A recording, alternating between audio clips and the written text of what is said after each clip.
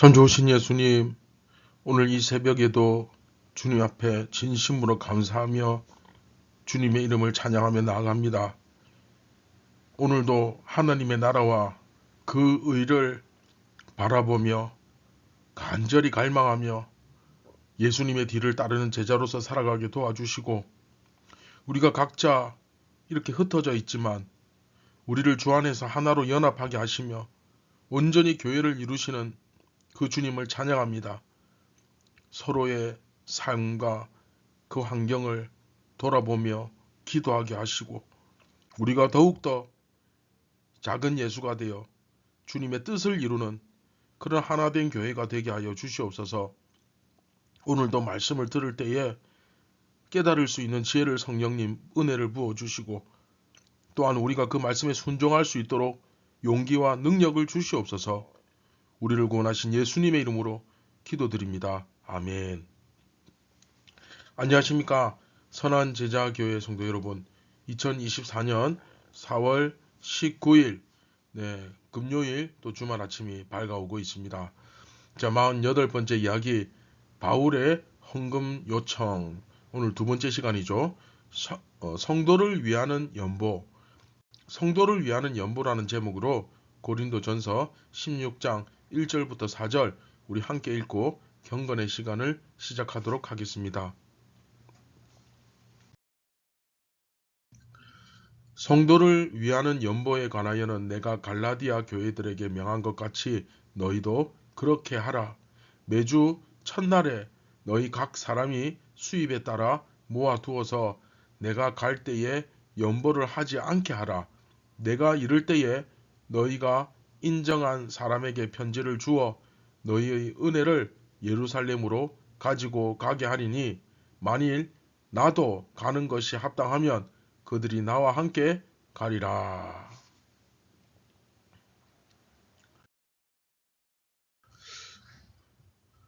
자, 첫 번째 지난 시간 말씀드렸듯이 첫 번째 헌금의 종류가 나오죠. 자, 1절 보시면 성도를 위하는 연보에 관하여는 하면서 이제 본론이 나오는 거죠.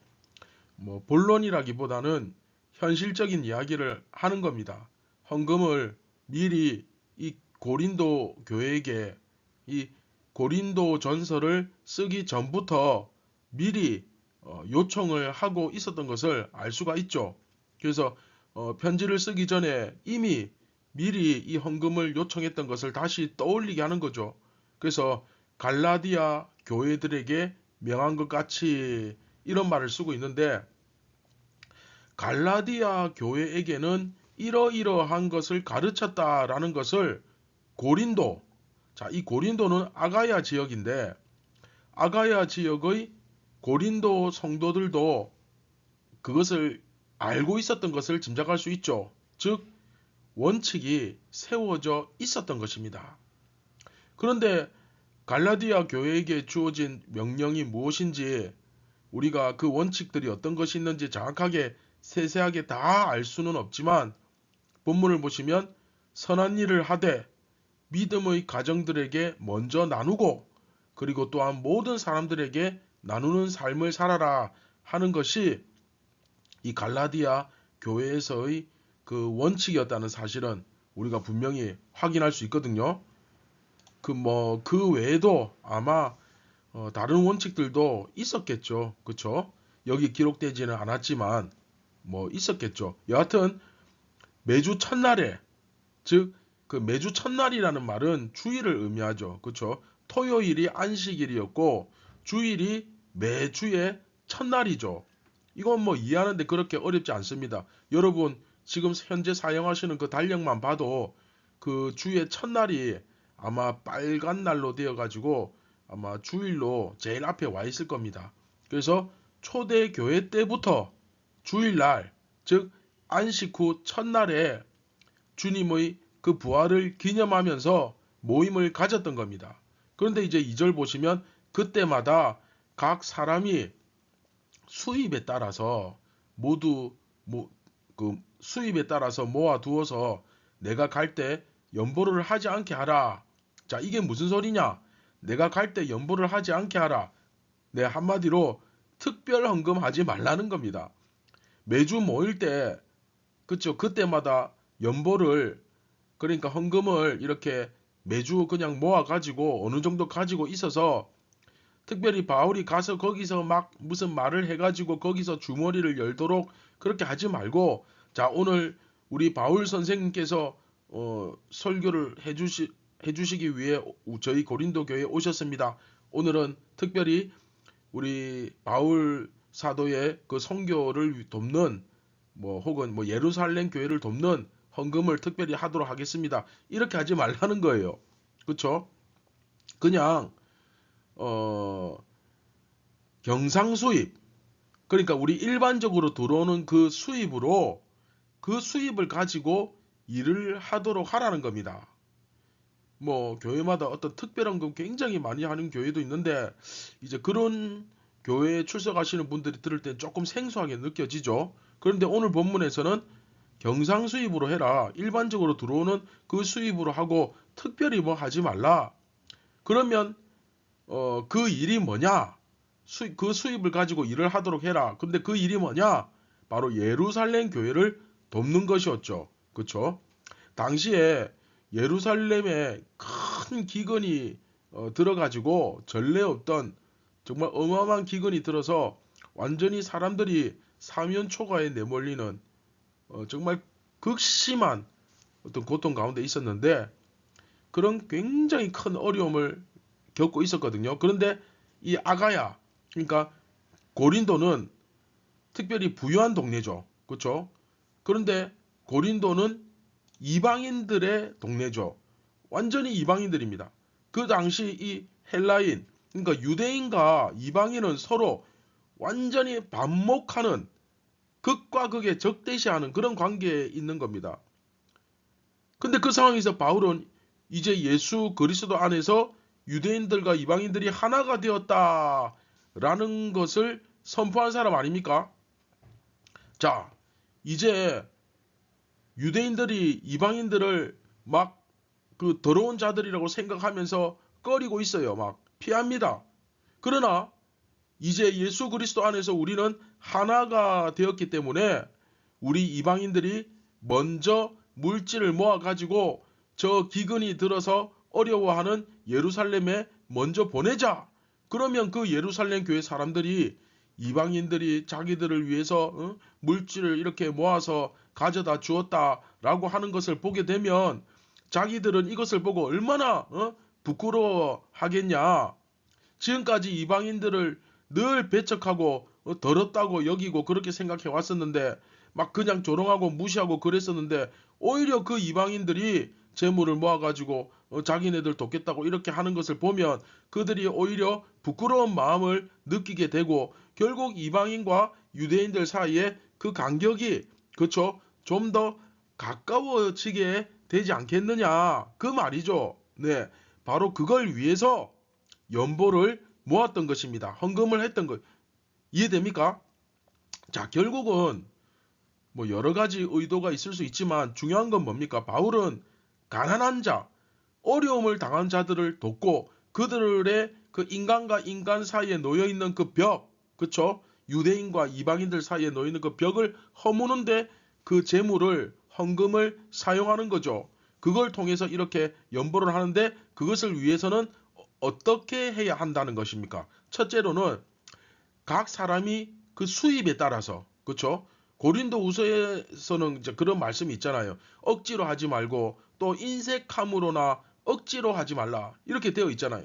너무 인색하게, 그렇죠? 자신이 충분히 많이 벌고 있음에도 불구하고 조금 내놓는 그 막 내놓는 거 아까워가지고 그런 인색함도 가지지 말고, 또 그렇다고 해서 자기 수입이 많지도 않은데 요거밖에 안 되는데 막 과시하거나 어떤 그것을 드러내기 위해서 막 억지로 어떻게 막 만들어 가지고 막 빚을 내어 가지고 그렇게 헌금하고 그러지도 말고, 즉 자신의 수입에 따라서 어느 정도 성의 있게 자기의 그 환경에 맞게 수준에 맞게 그 자기에게 맞는 수준으로서 꾸준하게 헌금을 하고 있으면 그것이 모여 있는 상태에서 그 중에 일부를 가지고 예루살렘 교회를 돕자는 겁니다.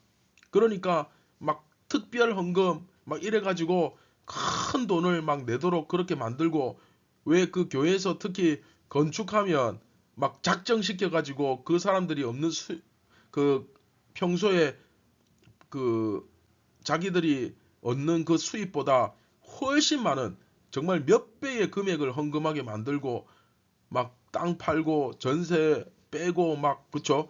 그걸 모아가지고 큰 돈을 쓰게 되고 하는데, 적어도 오늘 본문에서 바울이 요구하는 헌금은 그런 헌금이 아니죠. 그쵸? 바울이 요구하고 있는 것은 지금 이 가난한 자들을 위해서, 어려움을 당한 형제들을 위해서 네가 가지고 있는 수입에서 너무 부담스럽지 않은 수준으로, 뭐 그렇다고 해서 너무 그렇게 인색하게 막 조금 요만큼 내어놓고 그렇게 하지 말고, 각자 각 사람의 그 수입에 적절한 그 수준 안에서 우리가 정성껏 내어놓아서 그 삶을 돕는 일에 쓰자라고 말하고 있습니다. 굉장히 바울이 지금 당당하게 이야기하죠. 왜냐하면 바울이 지금 뭐 자기 수입, 자기 생계, 자기 먹고 사는 거 위해서 이거 쓰는 게 아니잖아요. 그쵸? 내 생계는 내가 알아서 한다. 하지만 저 가난한 사람들을 위해서 우리가 재물을 모아야 하지 않겠느냐. 그리고 그 재물을 인색하게 또 막 억지로 하지 말고 매주 성실하게 모아가지고 매주 적립을 해서 그 돈을 가지고 그 경상비를 가지고 돕는 일을 하자라고 당당하게 그것을 바울이 독려하고 있는 것을 보게 됩니다. 자, 앞에서는 바울이 자기가 뭐 돈 문제로 뭘 하지 않겠다 이야기를 했었잖아요. 내 쓸 건 내 알아서 번다. 그럼에도 불구하고 이 연보, 그쵸? 헌금, 이 가난한 사람들을 돕는 일에 대해서는 굉장히 헌금을 강조하고 있는 것을 볼 수 있습니다. 그런가 하면 5절부터 이제 두 번째 헌금의 종류가 나오죠. 자, 이것은 다음 이 시간에 하도록 하겠습니다.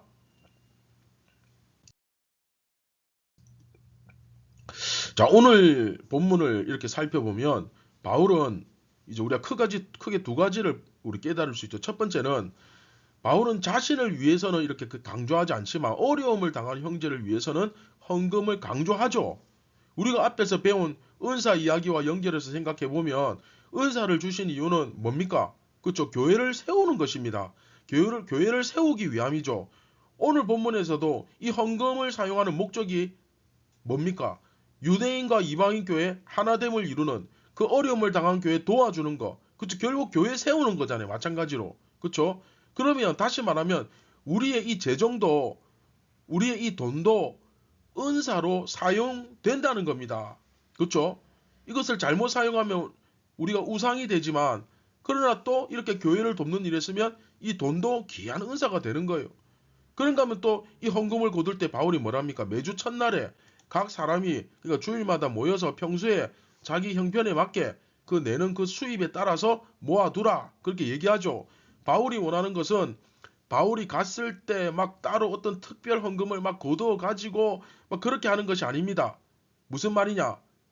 소위 그 특별 헌금 하지 말라는 거죠. 그냥 평소에 꾸준히 자신의 수입에 맞는 그 수준으로 헌금하고 있다가 그것을 예루살렘 교회를 위하여 자연스럽게 지출할 것을 원하는 겁니다.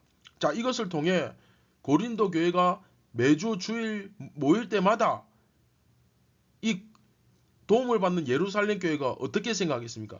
야, 고린도 교회는 매주 우리를 위해 이렇게 정성스럽게 헌금을 했구나. 그쵸? 그걸 기억할 수가 있잖아요. 고린도 교회가 매주 모일 때마다 예루살렘 교회를 기억하고 그 교회를 위해서 헌금했다는 그 의미가 여기 담겨지잖아요. 그쵸? 이것도 굉장히 귀하죠.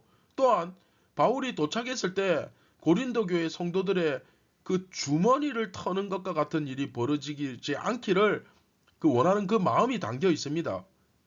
결국 자신의 물질을 바치는 것은 자기가 그쵸 힘들여 정말 고생한 그 수고한 애씀의 그 일의 대가를 드리는 것이기 때문에 분명히 이 헌금도 헌신임에 틀림없습니다. 그런데 바울의 가르침에 의하면 이런 헌신을 어떤 특별한 계기에 갑자기 크게 하는 것이 아니라 꾸준히 감당하는 것이 옳습니다. 자, 다시 한번 어떤 특별한 계기를 통해 갑자기 크게 하는 것이 아니라 꾸준히 감당하는 것이 훨씬 더 성경적이고 옳다는 거예요. 이거는 이제 헌금의 영역에서 뿐만이 아니라 사실은 봉사, 신앙생활 다 마찬가지입니다. 어떤 특별한 계기나 단기간에 내 신앙생활 바짝 한번 어떻게 해서 잘해보겠다. 막 기도원 가고 수련회 가고 막 거기 가서 한번 내가 변화받아 보겠다.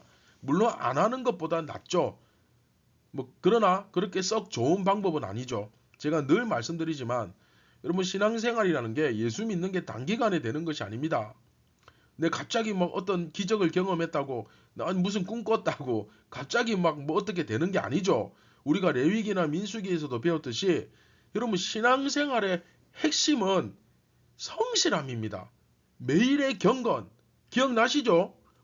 평소에 조금씩 성실하게 그 말씀을 가까이 하는 그 태도가 중요한 것이지. 그쵸?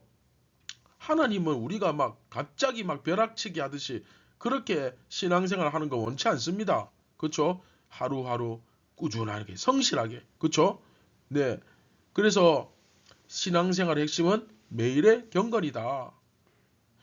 헌금도 네 그렇게 하라는 거예요.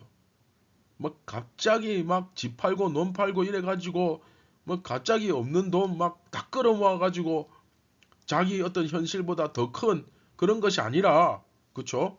그냥 자기 형편에 맞게 성실하게 그쵸? 이런 것을 볼 때 하나님은 우리의 무슨 대단한 공로나 어떤 특별한 그런 업적을 뭐 대단한 뭔가를 원하시는 것이 아니라 내게 주어진 형편 가운데 매일의 성실함으로 그렇게 살아갈 것을 요구하시고 또 기뻐하신다는 사실을 우리가 알 수 있습니다. 자, 우리가 오늘 말씀을 통해 하나님의 그 성실함과 꾸준함을 배웠으면 좋겠습니다. 오늘도 그 하나님의 신실하심과 성실하심으로 아침에 해를 돋게 하시고 또 저녁에는 노을이 지게 하시고 또 밤에는 달이 뜨게 하시고 별을 내게 하시고 하나님께서 단 하루만 이 불성실하시면 이 세상에 어떤 일이 벌어지겠습니까? 떠야 할 해가 뜨지 않고 자전해야 될 지구가 스스로 돌지 않고 지구가 하루만 태양계에서 딱 멈춰 있다. 그러면 이 우주의 모든 흐름이 다 깨어지면서 그쵸? 대혼란 거의 뭐 멸망하지 않겠습니까? 근데 하나님은 단 하루도 쉬지 아니하시고 항상 동일하게 똑같이 그렇게 일을 진행하십니다. 2000년 동안 3600년 동안 단 한 번도 쉬지 아니하시고 오늘은 우리가 그 주님의 성실함과 신실함을 닮아가는 그런 귀한 하루가 되었으면 좋겠습니다. 우리도 우리의 할 일을 그쵸? 또 옳은 일, 우리는 무엇이 옳은가, 무엇이 더 가치 있는가 그것을 선택하는 사람 아닙니까? 그 기준에 따라서 우리의 할 일을 성실하게 감당할 수 있기를 주님의 이름으로 축원드립니다. 다 같이 말씀을 기억하며 우리 기도하겠습니다. 참 좋으신 예수님, 우리가 오늘도 예수님을 닮아가기 원합니다. 하나님의 그 성실하심을 닮아가기 원합니다. 벼락 부자 되듯이 무슨 로또에 당첨되는 것처럼 그렇게 신앙생활 하는 것이 아니라 주님의 그 꾸준함과 성실함과 신실하심을 우리가 닮아서 우리도 매일의 성실함으로 우리가 할 수 있는 것을 하게 하시고 또 우리가 그것을 감당할 때에 그것을 통하여 예수님의 영광이 드러나게 하여 주시옵소서. 우리를 구원하신 예수님의 이름으로 기도드립니다. 아멘. 자, 여러분, 오늘 하루만큼은 여러분들 마음속에 있는 그 욕망, 욕심, 또 허세, 허영, 혹시 그런 것들이 있다면 오늘 그 거품을 싹 다 빼버리고 아주 작은 일이지만 작지만 그 작은 일에 충성하고 성실하게 최선을 다하는 그런 저와 여러분이 다 되었으면 좋겠습니다. 오늘도 우리의 할 일을 하는 귀한 하루가 되기를 바랍니다. 감사합니다.